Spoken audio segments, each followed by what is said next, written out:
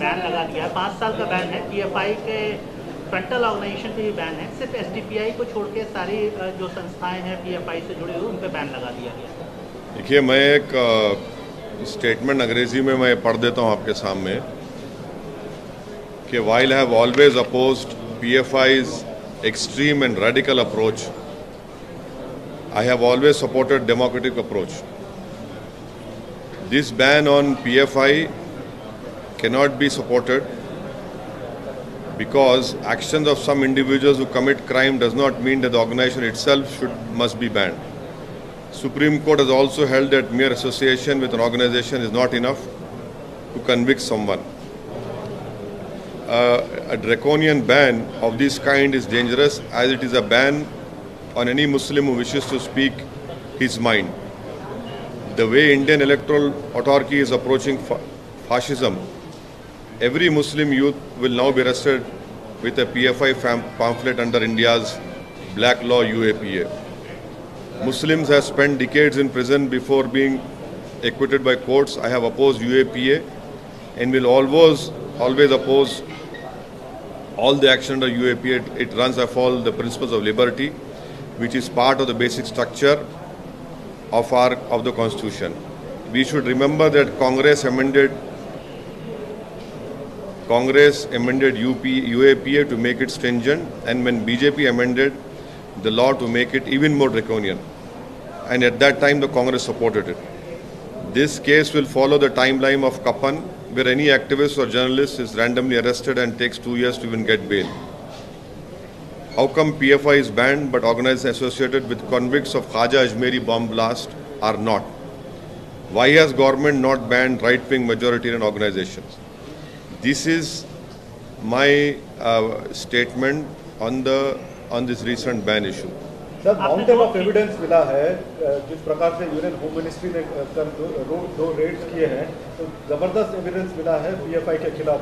किस प्रकार से देश विरोधी गतिविधियां वो कर रहे थे, उसके चलते उनको बैन किया गया है। मेरा स्टेटमेंट जो मैं पढ़ा हूँ फिर से दोबारा पढ़ सकता हूँ आपके लिए हिंदी में। अरे लेकिन ये नहीं, आपके लिए मैं सिर्फ अपना स्टेटमेंट पढ़ूंगा। मैं अगर आप चाहें तो हिंदी में पढ़ दूं आपके लिए। आपके हिंदी में पढ़ना तो पढ़ देता हूँ हिंदी में आपके लिए। सुन लीजिए ताकि हिंदी में आपको आसानी हो जाए। नहीं सर, ये तो पूरा करके आपके जैसे होमवर्क करके किया गया था। हाँ जी, ज़रूर सही है। मैं आपकी काबिलियत पे भरोसा नहीं कर रहा हूँ, बट लेकिन आप अपोज क्यों कर रहे हैं? नहीं, वाइल सुनिए, सुन लीजिए ना।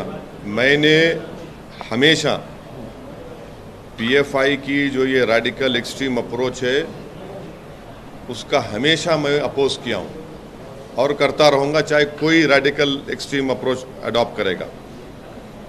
मगर ये बैन इसलिए हम सपोर्ट नहीं कर सकते क्योंकि चंद इंडिविजुअल अगर कोई क्राइम करते हैं उस बिना पर अगर आप ऑर्गेनाइजेशन को बैन करेंगे। सुप्रीम कोर्ट ने क्या कहा कि mere association with an organization is not enough to convict someone। ये जो ड्रैकोनियन बैन जो लगाया गया है ये मुस्तकबिल के लिए डेंजरस चीज़ है, क्योंकि आप ये कहना चाहेंगे कोई भी मुसलमान अपनी दिल में जो बात है, जहन में बात है, वो ना करे। और जिस तरीक़े से हमारी इलेक्ट्रल जमहूरियत चल रही है वो फाशिज़म के करीब जा चुकी है। तो कोई भी नौजवान मुसलमान अपनी बात को रखेगा तो आप एक पैम्फलेट निकाल देंगे पीएफआई का, और फिर वो जो काला कानून है यूएपीए का उसको इस्तेमाल करेंगे। और इस यूएपीए के कानून में कई मुसलमान बरसों जेल में रहते हैं, उसके बाद कोर्ट उनको बरी करता है। मैं हमेशा यूएपीए को अपोज किया हूँ और उसको अपोज करता रहूँगा, क्योंकि यूएपीए का कानून हमारे संविधान के प्रिंसिपल ऑफ लिबर्टी, जो हमारे संविधान के बेसिक स्ट्रक्चर का हिस्सा, उसके खिलाफ जाता है।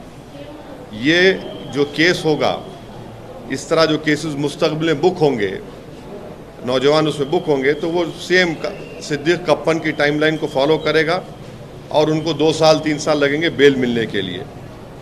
हमारा सरकार से पूछना ये है कि ख्वाजा अजमेरी रहमतुल्लाह अलैह की दरगाह पर जो बॉम्ब ब्लास्ट हुआ था, जिसमें मेरे कॉन्स्टिट्यूंसी का एक टोली चौकी हकीमपेट का रहने वाला, उसकी मौत हुई थी, उसमें 2 लोगों को कन्विक्ट किया गया कोर्ट ने। वो कौन सी ऑर्गेनाइजेशन ताल्लुक उनका बताइए, कोर्ट का जजमेंट कह रहा है, और उस ऑर्गेनाइजेशन को तो आप बैन नहीं करेंगे। तो इसीलिए ये हमारा इस पर ये कहना है। अब मैं सवालात नहीं लूँगा, ये पार्टी का आप चाह रहे थे कि पार्टी का इसमें स्टैंड क्या है, ये आपके सामने में खुल के रखा हूँ। रेडिकलाइजेशन हो, एक्सट्रीमिज़म हो, हम उसका अपोज करते आए हैं। चाहे रेडिकलाइजेशन, एक्सट्रीम कोई भी करो, कोई ऑर्गेनाइजेशन करो, हम उसका अपोज करते आए हैं। मगर जब बैन कर रहे हैं तो इन चीज़ों को भी ध्यान में रखना चाहिए था। सर, कुछ पॉलिटिकल पार्टीज ने ये बोला है कि आरएसएस, पीएफआई आरएसएस के पैरेलल अपने आप को मानती थी कि आरएसएस के तरीके के संगठन जो राइट विंग, जो रेडिकल ऑर्गेनाइजेशन, जो राइट विंग हो, मिडिल विंग हो, सेंटर विंग हो, कोई विंग हो, जो भी रेडिकलाइजेशन और एक्सट्रीमिज्म की तरफ किसी को लेकर जाता है, उसको अपोज करने की ज़रूरत है। और अगर आप ये कह रहे हैं कि रेडिकलाइजेशन सिर्फ एक तरफ हो रहा है, नहीं, रेडिकलाइजेशन हर तरफ हो रहा है।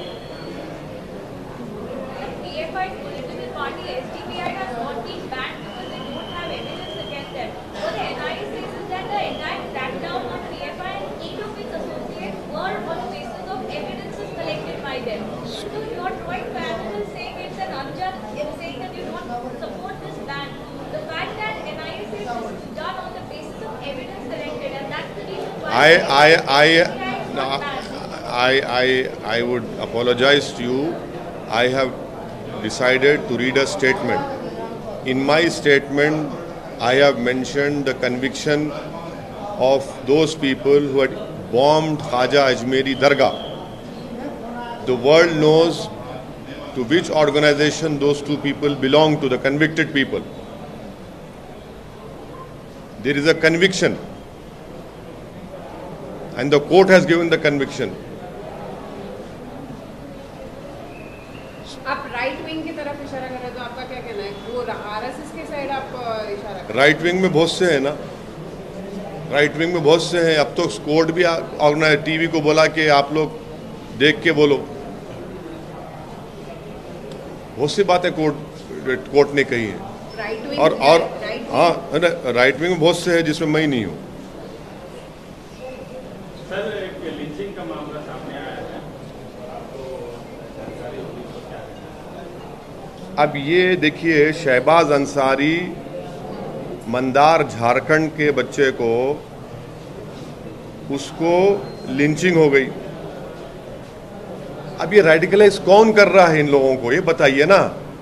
यही तो मेरा सवाल है, इनको रेडिकलाइज कौन कर रहा है कि वो शहबाज अंसारी, उसके ये जो जानकार हैं, ये लोग जो एलेज एक्यूज हैं, ये रेडिकलाइजेशन देश को बर्बाद कर रहा है। क्या शहबाज को इंसाफ मिलेगा, या फिर बीजेपी इन लोगों को भी जो एक्यूज हैं उनको फिर फूल माला पहना देगी? तो झारखंड की सरकार की जिम्मेदारी है कि इस पर सख्त एक्शन ले, और वो पीड़ित परिवार से कोई मंत्री जाकर मिले, उनको यकीन दिलाए कि इनसे इंसाफ होगा और उनकी मदद करना। मगर ये रेडिकलाइजेशन है, ये शहबाज अंसारी की मौत, उसका कत्ल, लिंचिंग, ये रेडिकलाइजेशन है, एक्सट्रीमिज्म है। ये धर्म संसद में क्या क्या नहीं बोला गया, ये सब रेडिकलाइजेशन हो रहा है। सर, शहर हैदराबाद में काफी अमन का माहौल रहा है, कोई इस तरह की अप्रिय घटना सालों से देखने को नहीं मिली है। लेकिन अभी 2 दिन पहले एक ऐसी घटना हुई कि दुर्गा माता के पंडाल में कुछ महिलाएं बुर्का पहने घुस गई। हाँ, तो आपको पुलिस, आप तमाम ने हमारे एमएलएस का स्टेटमेंट आपने कैरी किया, मैं आपका शुक्रिया अदा करता हूँ। वो उसी वक्त गए, उसका कंडेम किए। उन लोगों को इंस्ट्रूमेंट थे हमारे एमएलए, वो जो गंदी हरकत किए, उनको अरेस्ट भी करवाए। पुलिस का स्टेटमेंट भी है, पुलिस को भी एक्शन लेना चाहिए, डीप जाना चाहिए कौन है। ठीक है सर।